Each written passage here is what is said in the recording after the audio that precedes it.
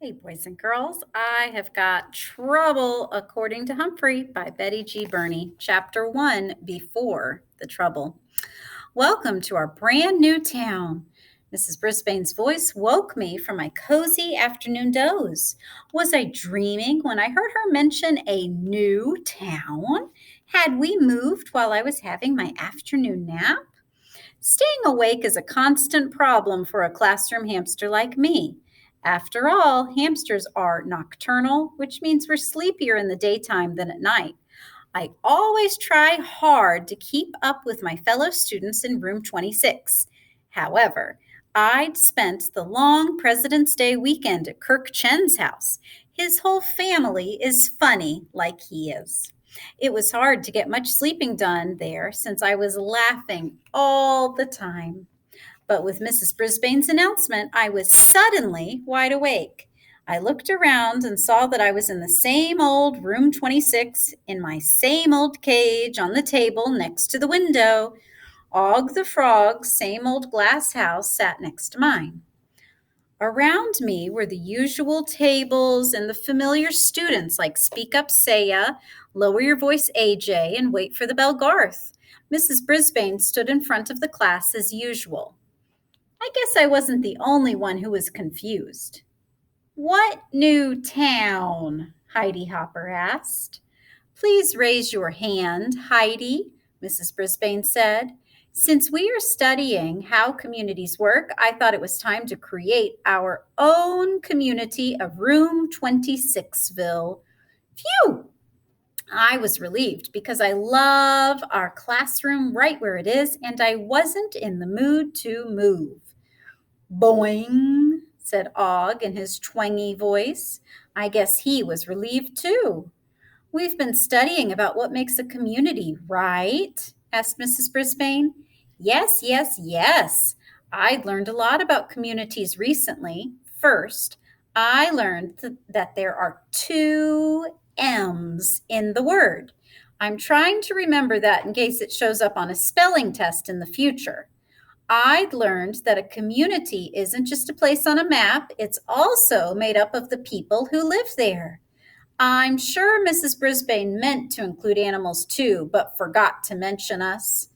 I'd also learned that everyone's job helps the community in some way or another. Police officers and firefighters work to protect us. Some people sell books or clothes or even wonderful pets like me.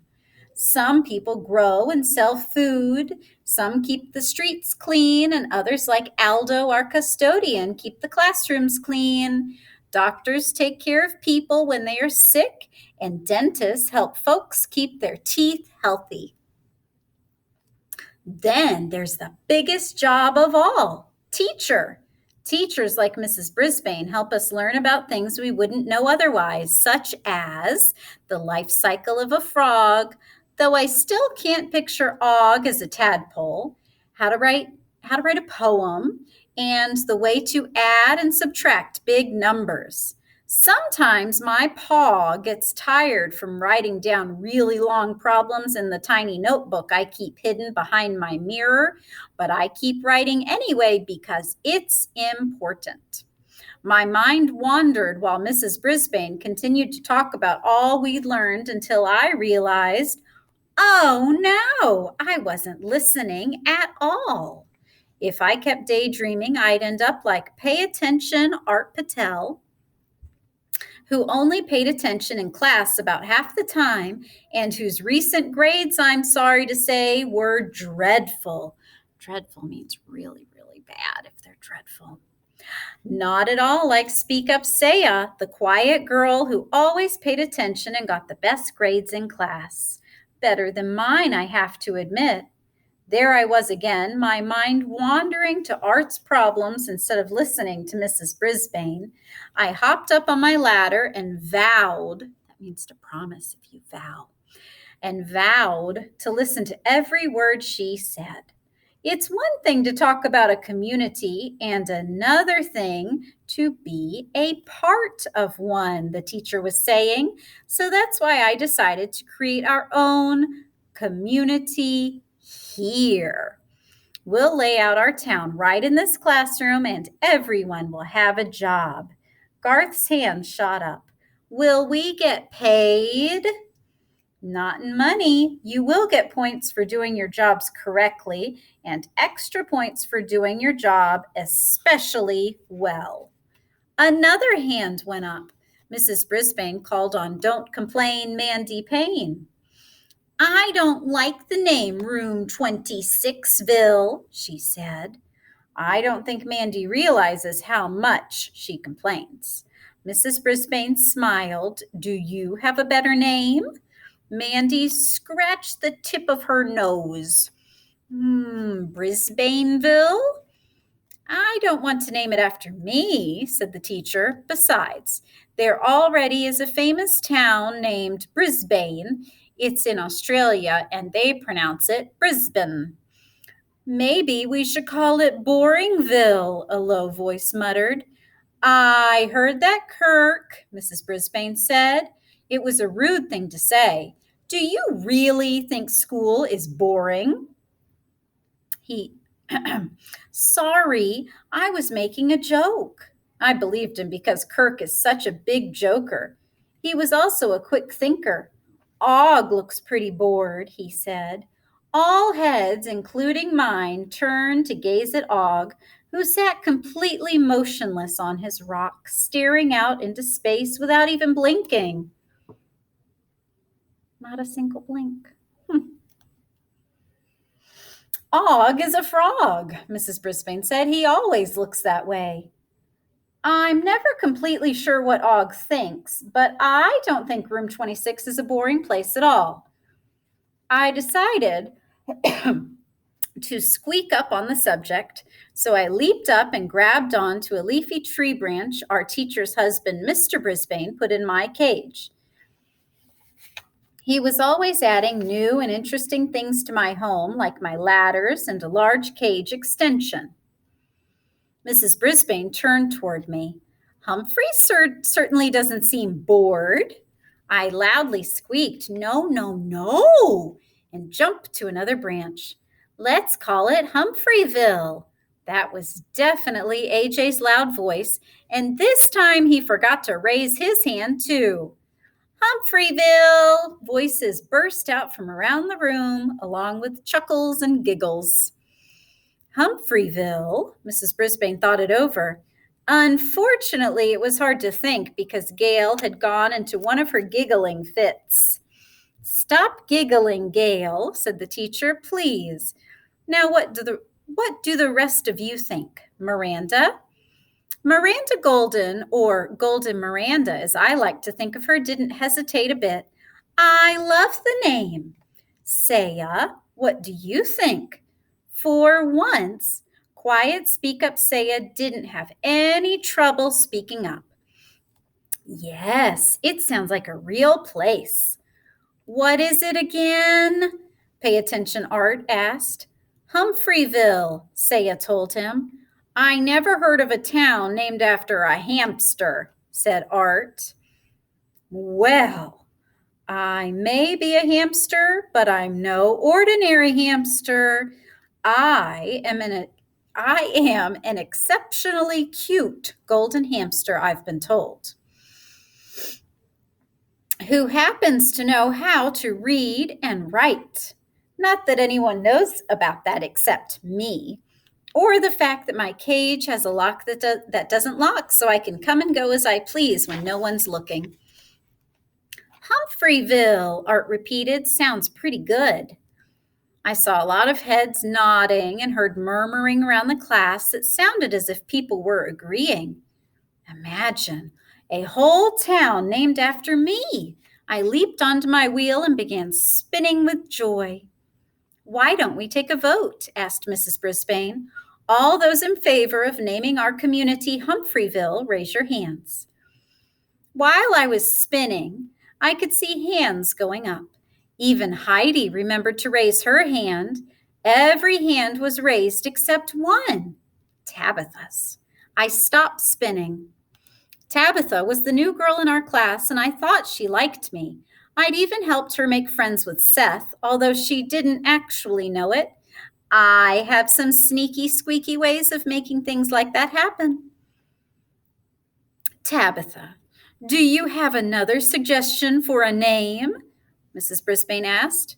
No, said Tabitha. I like Humphreyville. I'm just afraid Og will be jealous. Jealous? I hadn't thought about that, even though when Mrs. Brisbane brought Og in as a second classroom pet, I'd been jealous of him. It's embarrassing to admit it, but it's true. That's something to think about, isn't it? After all, if we named our community Tabithaville, the other students might be jealous, the teacher agreed. Yeah, and it's hard to say, Heidi blurted out. Heidi, you simply must remember to raise your hand. Mrs. Brisbane had helped a lot of students change their bad habits. Somehow she had never been able to get Heidi to remember to raise her hand. Now, class, why don't we let Og decide? The teacher walked over to the frog's glass house. Og, do you vote for Humphreyville? Well, I wasn't expecting much because I'd learned that Og, being a frog, has an unusual way of expressing himself. His boings are nothing like the energetic squeaks of a hamster or the giggles and shouts of the kids. In fact, sometimes Og doesn't communicate at all. Still, he and I had learned to be friends, so I wouldn't have been surprised if he just continued to sit motionless as usual. But that's not what he did at all. Instead, he started leaping up and down on his rock, splashing water up on Mrs. Brisbane's chin.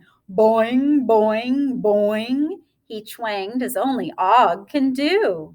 The students laughed uproariously. Even Mrs. Brisbane chuckled as she wiped the water off.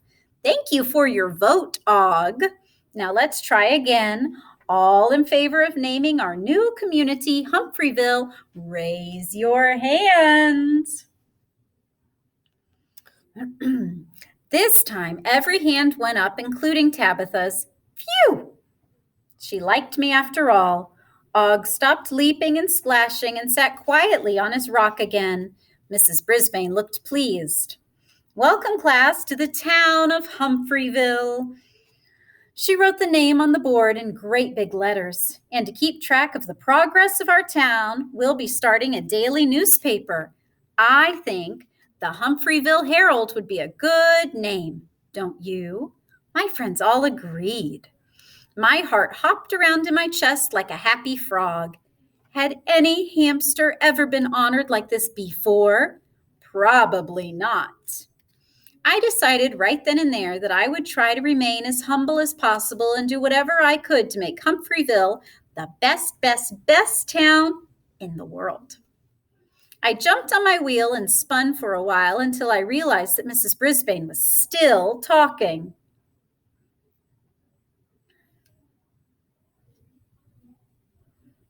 There's a whole lot more to building a community than finding a name. I stopped spinning and started listening. What's the first thing you need when you move to a new place? I knew what I'd need, a cage. There was no point in raising my paw since I never get called on, but a lot of other hands went up. Mrs. Brisbane called on, "Repeat it, please, Richie." A car, he said, or a truck to carry all the stuff you're moving. What if you didn't own anything at all? Asked the teacher. What would you need first? Bargain Mart, Richie said. Everybody laughed. I figured Bargain Mart, but must be some kind of store like Petorama. I think you're jumping ahead. Tabitha, did you have your hand up? Tabitha nodded. You'd need a place to live, a house, or a tent, Heidi blurted out. Very good, said Mrs. Brisbane, ignoring Heidi's outburst. Something like a house. Your first assignment is to design a place that represents where you would live in the town. You can draw a picture or make a model out of clay or build it out of cardboard. Be creative and think about what kind of home you'd like for yourself in Humphreyville. The bell rang. We'll have math after recess and then we'll get to work on your homes. Recess is a time when my fellow classmates all go out and play. It must be fun because my friends usually come back laughing and joking. At this time of year, late February, they also come back with rosy cheeks and red noses. I always stay inside and try to get some exercise, climbing my ladder or spinning on my wheel. I must admit, sometimes I go in my sleeping hut for a nice nap because remember, I am nocturnal. On this day, when Mrs. Brisbane wasn't paying attention, I sneaked my notebook into my sleeping hut and thought about what kind of house I'd build. I loved my cage, but sometimes I'd think about the fancy houses they sold at Pedorama. One was a Chinese pagoda, and one was like a tall castle. Miss Mack, the substitute teacher and superb human being who first brought me from the pet store to room 26 of Longfellow School, couldn't afford one of those, which was okay with me. Anything Miss Mack did was fine with me, yet it was fun to think about my perfect house. After all, if you have a whole town named after you, you should have a nice place to live. New town and room 26 to be named after classroom hamster. Houses will be going up in Humphreyville within a week, teacher predicts. The Humphreyville Herald. Hope you enjoyed it, boys and girls.